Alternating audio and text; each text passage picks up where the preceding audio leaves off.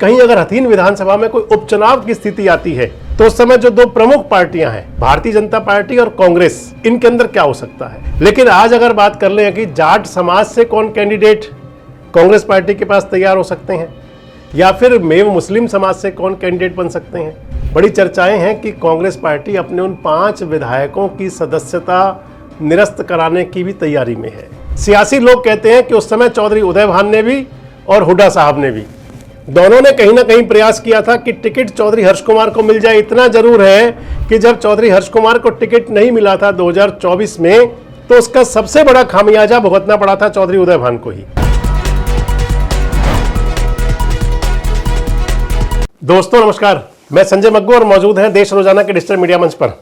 आपसे बात करने चला हूं एक बार फिर हरियाणा की सियासत, और हरियाणा की सियासत में भी राज्यसभा चुनाव के साइड इफेक्ट वाली सियासत। बड़ी चर्चाएं हैं कि कांग्रेस पार्टी उन 5 क्रॉस करने वाले विधायकों को, यानी कि जिन्होंने अपना वोट क्रॉस कर दिया, जिनके वोट क्रॉस करने की वजह से कांग्रेस पार्टी के अंदर इस समय हाहाकार मचा हुआ है। भले ही प्रत्याशी तो जीत गया, लेकिन अगर सवाल आ जाता है कांग्रेस पार्टी के विश्वास का, भरोसे का, तो बहुत टूट गया।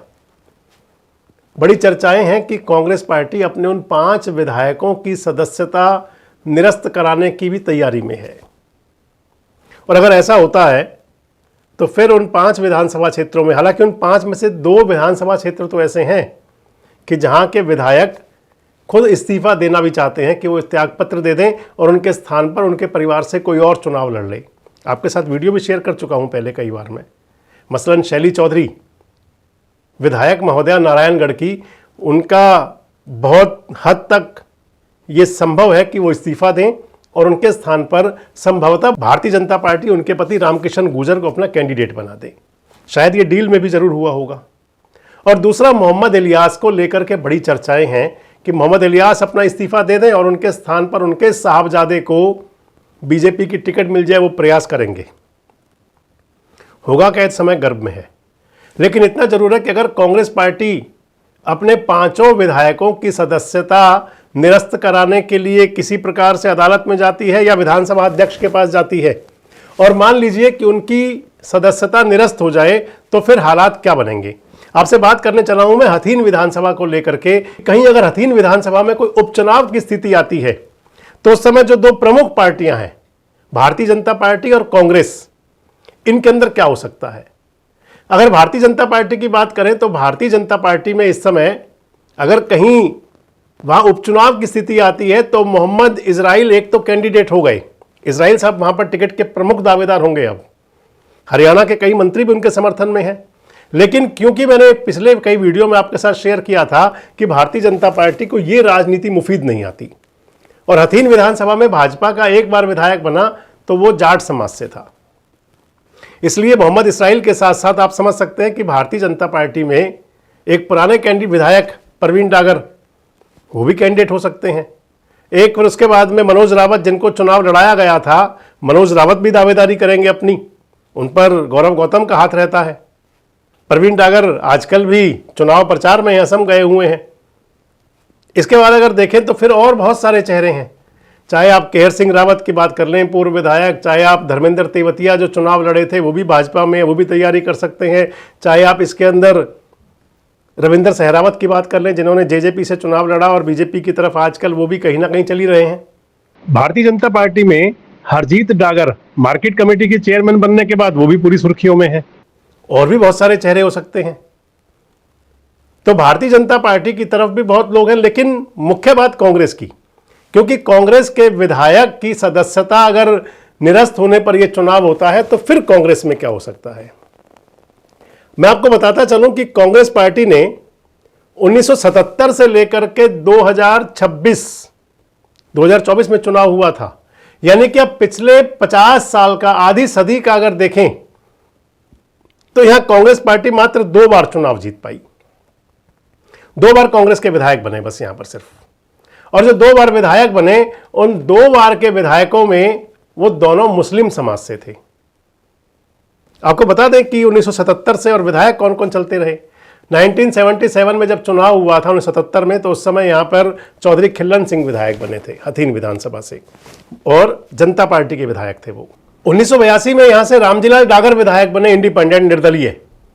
1987 में यहां पर भगवान शाह रावत विधायक बने, लोकदल पार्टी से, चौधरी देवीलाल की पार्टी से। 1991 में यहां पर विधायक बने मास्टर अजमत खां, कांग्रेस पार्टी से, मलाई वाले अजमत खां साहब। 1996 में चौधरी हर्ष कुमार विधायक बने, हरियाणा विकास पार्टी से। 2000 का चुनाव हुआ तो फिर वहां पर भगवान शाह रावत विधायक बने दूसरी बार, लोकदल पार्टी से ही, चौटाला साहब की पार्टी, देवीलाल जी की पार्टी से। 2005 में यहां पर इंडिपेंडेंट चुनाव जीते चौधरी हर्ष कुमार, निर्दलीय विधायक बने वो। 2009 में यहां पर निर्दलीय विधायक बने चौधरी जलेब खान, उनके बेटे आजकल विधायक हैं। 2009 के बाद 2014 का चुनाव हुआ, उसके अंदर इंडियन नेशनल लोकदल से केहर सिंह रावत विधायक बने। 2014 के बाद 19 का चुनाव आया तो पहली बार भारतीय जनता पार्टी जीती और परवीन डागर, 1982 में जो रामजीलाल डागर जी विधायक बने थे, उनके बेटे परवीन डागर बीजेपी से विधायक बने। और 2024 का जो विधानसभा चुनाव हुआ उसमें कांग्रेस पार्टी से विधायक बने इस्राइल मोहम्मद, चौधरी जलेब खां साहब के बेटे।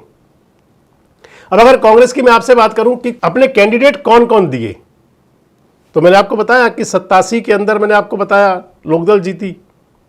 और कांग्रेस पार्टी के कैंडिडेट 1991 से अगर देखते हैं तो अजमत खां साहब हुए थे। 1996 में यहां पर दया रावत कैंडिडेट हुई थी कांग्रेस पार्टी से। 2000 के चुनाव में यहां पर चौधरी हर्ष कुमार चुनाव लड़े थे कांग्रेस पार्टी से। 2005 में कांग्रेस ने टिकट दिया नहीं हर्ष कुमार जी को, और 2005 में यहां पर कैंडिडेट चौधरी जलेब खां थे कांग्रेस से। 2009 में कांग्रेस पार्टी ने फिर से यहां पर जो अपना कैंडिडेट बनाया वो जाट समाज से दिया।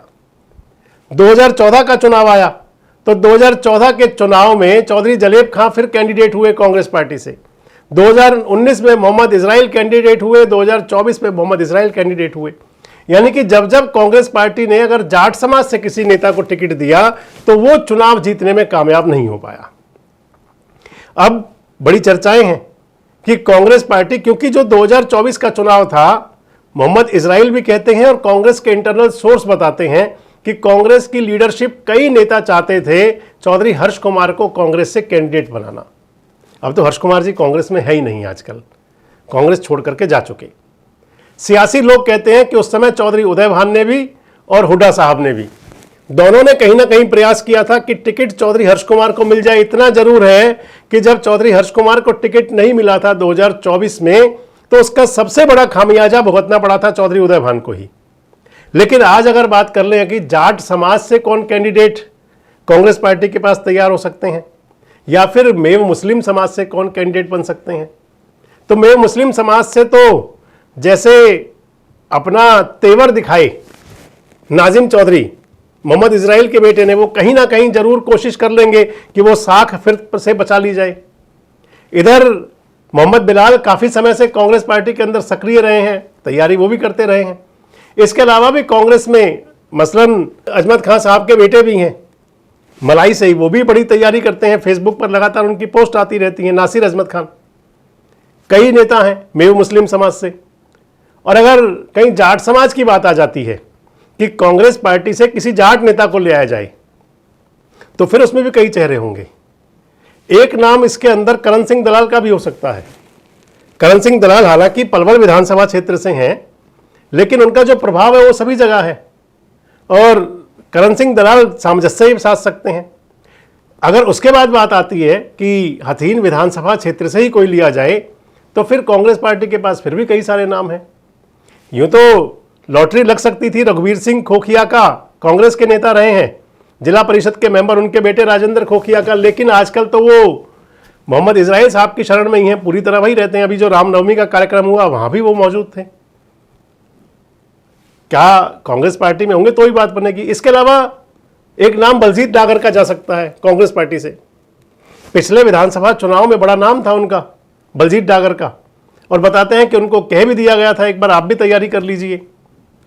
लोकसभा चुनाव में सक्रिय थे कांग्रेस पार्टी के अंदर। इसके बाद भी और कई चेहरे ऐसे हैं कि जो अपनी प्रयास कर सकते हैं, अपनी कोशिश कर सकते हैं। लेकिन बड़ी बात आ जाएगी कि एक तो कांग्रेस पार्टी यहां पर यानी कि हथीन विधानसभा क्षेत्र में 50 साल के अंदर, आधी सदी में मात्र 2 चुनाव जीत पाई, और जब चुनाव जीती तो उस समय उसके कैंडिडेट में मुस्लिम समाज से थे। अगर कहीं उपचुनाव की स्थिति बनती है तो फिर हथीन में क्या होगा? कौन हो सकता है कैंडिडेट कांग्रेस पार्टी का और किस पर भरोसा जता सकती है Bharatiya Janata party? Comment box में जरूर बताएं। जुड़े रहें हमारे साथ, देखते रहें देश रोजाना। हमारे साथ जुड़े रहने के लिए सब्सक्राइब करें देश रोजाना के YouTube चैनल को और नई वीडियो की नोटिफिकेशन पाने के लिए बेल आइकन जरूर दबाएं। अगर आप ये वीडियो Facebook या Instagram पर